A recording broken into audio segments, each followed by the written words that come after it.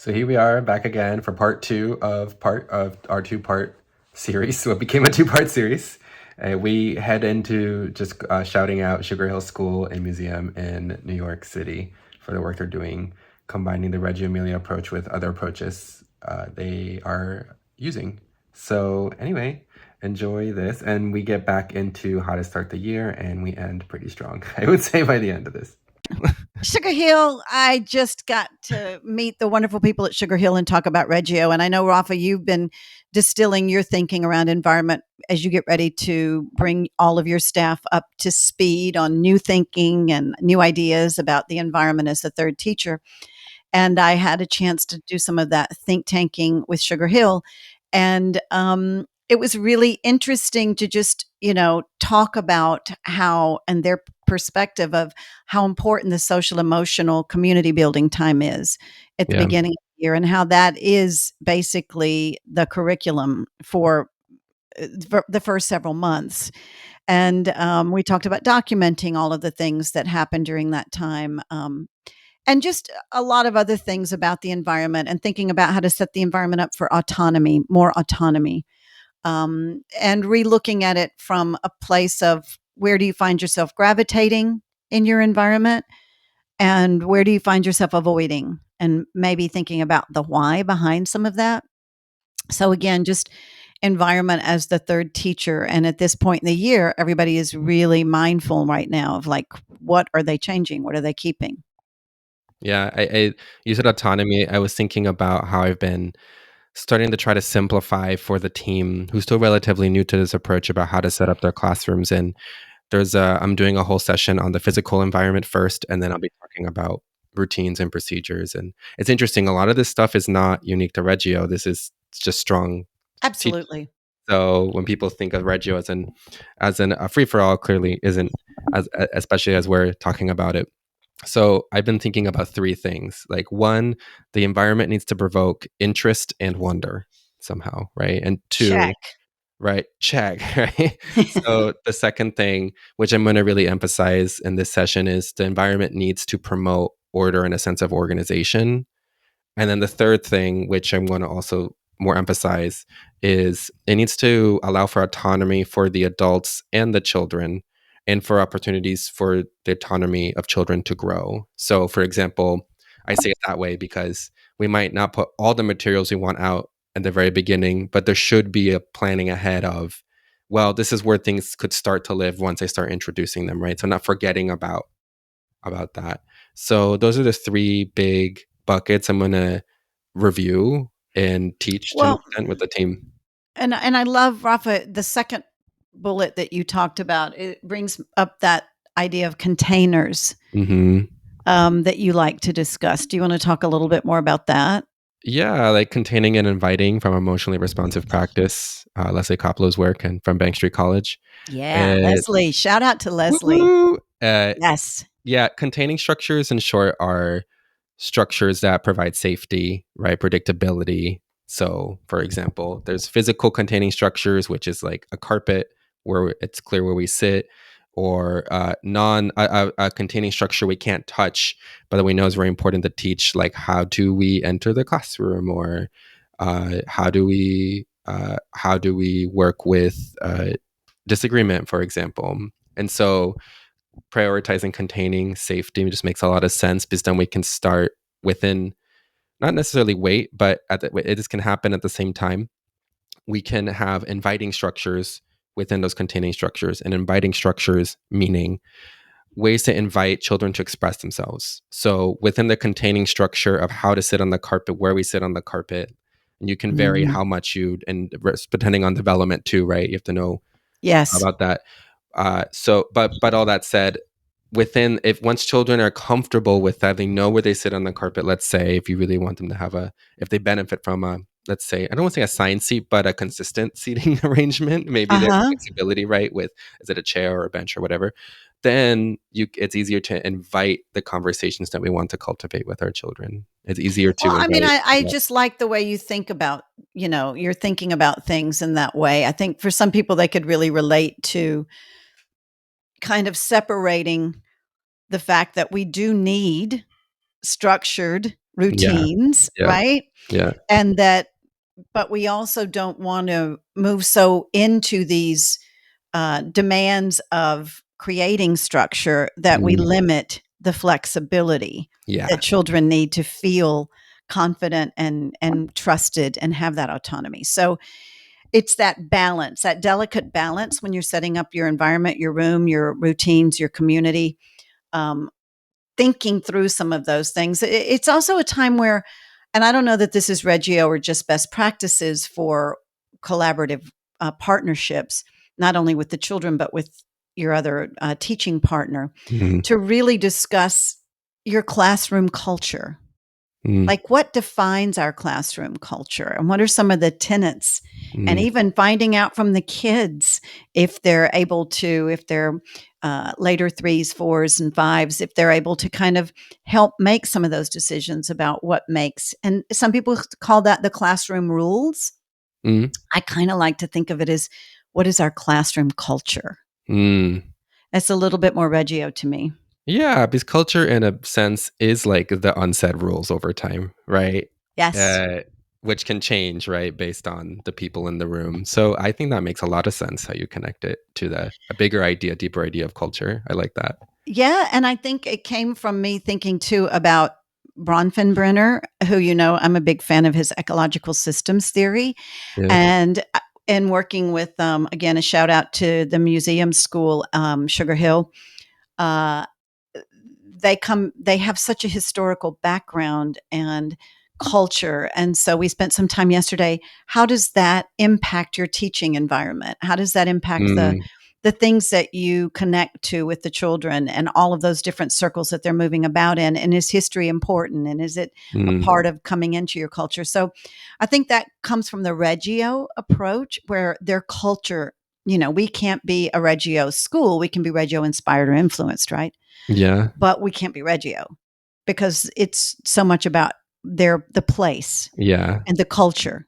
Um, so, and the history and all of those different circles. Can you say a So, little more yeah, about what is ecological systems theory I for can what say people a little the bit. layperson version, maybe the simple very Yeah, very it's simple. just thinking about where children's, the first circle is their home. Yeah. And then extending from that is their school. And they have different terms for these different systems that I can't rattle off. And then uh, past the school is the community, the different things that are happening in the community, such as, the services in the community. All of those are things that also impact that neighborhood. So, what services are offered? Um, and then past that, it's what are the traditions that are found within the next circle, and the different systems that are all in play and in place um, in the bigger circles. So, politics, religion, all of those things that are making up that environment. How are those things being connected, and what are children hearing and thinking about, and how do you, as the Reggio engineer, architect, designer, pedagogista, how are you thinking with intention about listening and making and supporting those connections that children are thinking about, Mhm. all of those circles? I'm sorry, there's a little bit of a sound, so I'm going to turn my mic off for a second. And Rafa, what do you think about that? I it might have been actually my side. There was a fire alarm that went off for a second. I feel like every time something happens in my background, but but what do I think about that? I think that makes a lot of sense in terms of the ecological model being. I mean, the very very concise version might be like it matters what happens. Children bring the outside in, and the outside makes its way into the school no matter which way you look at it. We there's no real separation between the school and the outside world. So I think what Reggio takes from that is embraces that and works with it instead of being afraid of that and trying to keep it out. So I think that makes a lot of sense. Love it. Thank you Makes a for lot of that, Rafa. sense. Yeah, and I think that, one of the things that we like to think about is how many different layers make up this approach, and how many different theorists he really took a lot of time to think about. And I have to say, something came up yesterday, just talking off the top of my head right now, about something Hmm. that was an aha moment for me. One of the teachers shared that in her reading and in her delving into more of the historical background of the Reggio approach and how it came to be, is that there were actually mothers and women who started this approach, Mhm. and they should be given more credit Mm, for how they got the ball rolling. Um, absolutely. and so I thought that was a really important thing, and I'm gonna research a little bit more of that myself. But I think what happened as far as the framing of it was that they maybe had some of the initial concepts, but at that particular time, I think that Malaguzzi had such a background in psychology, pedagogy, and Mhm. he was a teacher, that his bike ride into that village at the time where they were starting those feelings of inspiration about wanting to do something better for young children, to actually create an education system for the first time for the very young, that they all just met magically at the right time. And so, yes, a lot of thinking, planning, and research went into this. And thinking of the environment as the third teacher was also something that Maria Montessori did at the same time. And so, all of that beginning to create something designed for young children was a first. Yeah, I mean, there's such a richness there in history, and the whole idea of the role of women and the elevation of Malaguzzi, right? A man. I think that's a fascinating topic and something I've thought about because there are such powerful thinkers as well, Leila Gandini, Carla Rinaldi, may she Yep. rest in peace. She passed recently. And Right. so I believe Leila's still with us. And I mean, I was just referring to Leila Gandini's article, Values and Principles, that we use in our class. Because I think it's funny, we've taught that class so many times, and yet it's taken, I don't know how many times we've taught it at this point, 12 times, 13 times? Like, Ah, so and, many. but we read that, you've used that reading every time. And finally it hit me, I'm like, this reading in many ways is kind of the blueprint. Yes. So you also Google it. I'll link in the show notes, but it's Leila Gandini's Values and Principles. It's so well written. I'm like, it's taken me a while to the point where when I'm preparing my coloring about what is Reggio for my team, I'm actually taking that article, using that as my starting point, and then I need to simplify it because the language is still a little bit too abstract for my team, I think. But Uh-huh. but be very grounded in that, in that article. Just it just so eloquently, so beautifully brings it together. All to say, Leland Gandine is amazing. If you're not aware of her work, if you're more aware of, I'm talking to the general you right now. Laureate Malaguzzi's work. Consider also looking at Leila Gandini's I and love Carla that. Rinaldi's Thank you, work. Rafa. Yes, for They're holding those women up. They were soldiers, definitely, for many years, bringing this to so many other countries and really, yeah, just being the ambassadors. And they did such a beautiful job of it. So that was really nice of you. Yeah, so I see we're getting to about the 30-minute mark from what I Wow. can see. That's crazy. That went so fast. Well, yeah, it's again, we this is a hodgepodge episode, which is fine. Yes. Gives it more character.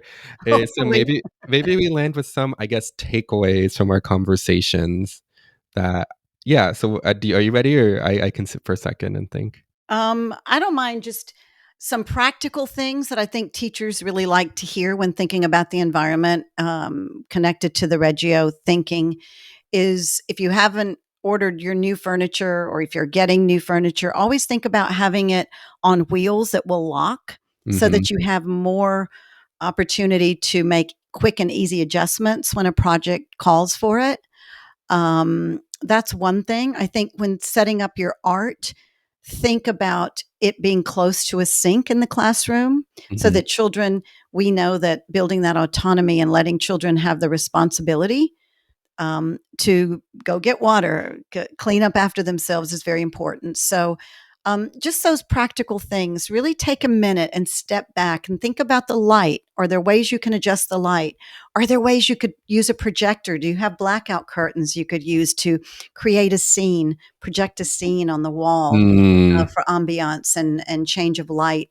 There are just so many ways to rethink and open up your mind to the creativity, that anything is possible. And there are lots of ways to change environment, even in a small room when you don't have a lot of room, because I was in one of those. When you're just creative and it doesn't cost a lot of money. So we'll be talking more about that subject but if you have questions, we hope that you'll always submit them. We Yes, do through the have a form. form. So I'm going to ball toss it to you, Rafa, and you can wrap us up. Yeah, well, I'll just provide some additional thoughts in terms of practice. I think in terms of thinking of the environment, think bigger first, then details. So think of the spaces you're trying to define. And so where does the furniture go? Going back to the furniture. Yeah. And if you have a less than ideal furniture situation, what I've done in the past when I did this in a public school setting, I brought desks together and then I made a wall with fabric over the desks, so they're still aesthetically pleasing. Love still that. still wasn't to the level I wanted, but it worked. And so I went to Joann's or is that Joann's even around Michael's, whatever it was, and I got some fabric, and that was pretty like it was blue, it was tranquil, it was semi Mm. neutral, it was a summer school I was teaching, and the whole theme that was put on us was the sea.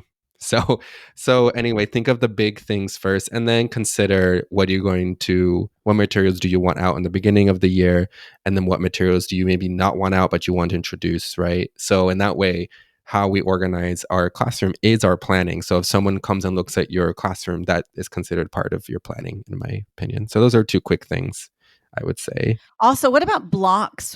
We didn't talk about the fact that if you can get a raised platform for the Mm, block building, it can also serve as a stage for different times if a project requires a stage. But if you can get a raised platform, that really helps create a much better environment for building. So think about that, and we should someday post some pictures, about the environment. I was thinking like linking to some pictures, or that's where Yeah, maybe a bonus upload on the YouTube right, right. could could be helpful. Could be helpful, yeah. Yeah, sounds great. Well, as we're winding down, then we invite you all to communicate with us through that form, or through the comments if you're on YouTube. Even I believe you can comment on Spotify and perhaps Apple. I'm not as familiar. And just let us know what your thoughts are, what's working, what do you think is missing, and just to be in conversation with us. So Yeah. I think that's it for now. I would also say if you have a topic where you would like to be a guest and discuss a topic with us about pedagogy, we'd be open for that. So send in your ideas. Absolutely. Well, until next time. Ciao. Bye. Bye. See you later.